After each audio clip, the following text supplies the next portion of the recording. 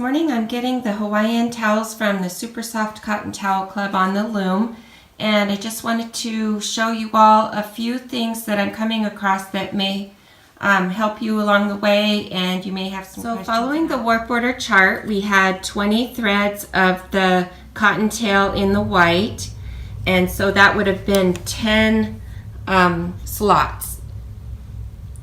And then we went to 2 slots of the caterpillar cotton, which was 4 threads, and then 4 threads white, 4 threads caterpillar cotton, and then it said 18 threads for the white, so that would have been 9 slots of white.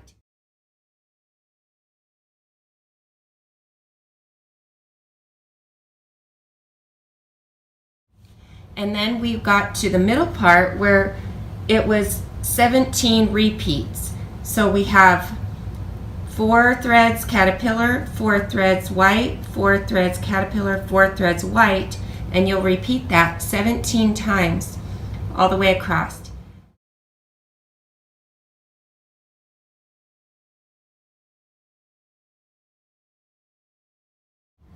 Here's my progress so far with the warping of the Hawaiian ice towels, and I see here that there's a knot in my warp that I didn't feel when I was warping.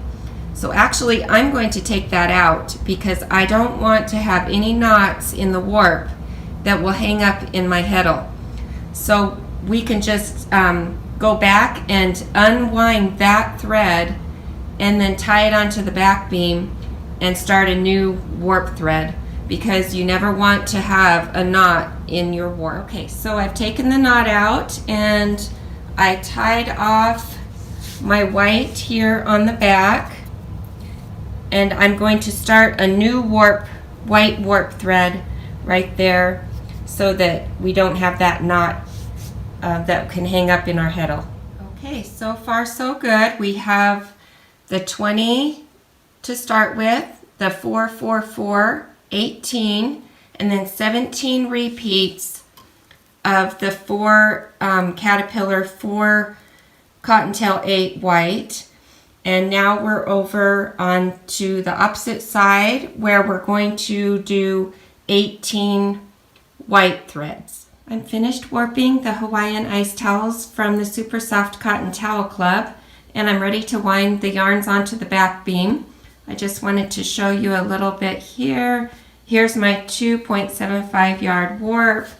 I've got my knot at the end, and I am ready to wind it up onto the back beam. I've added my next piece of paper on, and I'm ready to continue winding.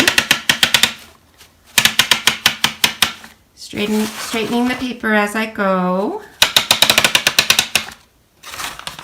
And then every once in a while we want to give it that tug in the front to make sure the yarns are tight on that back beam. And I'm just going to tug across there. They're nice and tight.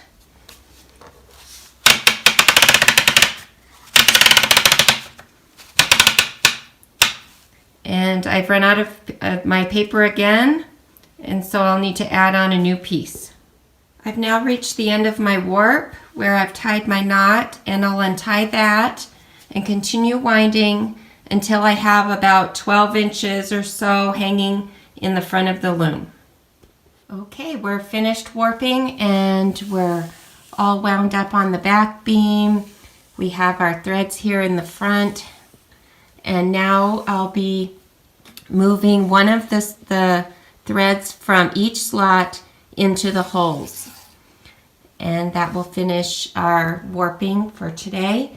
As you can see down here, I've trimmed off some of the ends to make it even all the way across.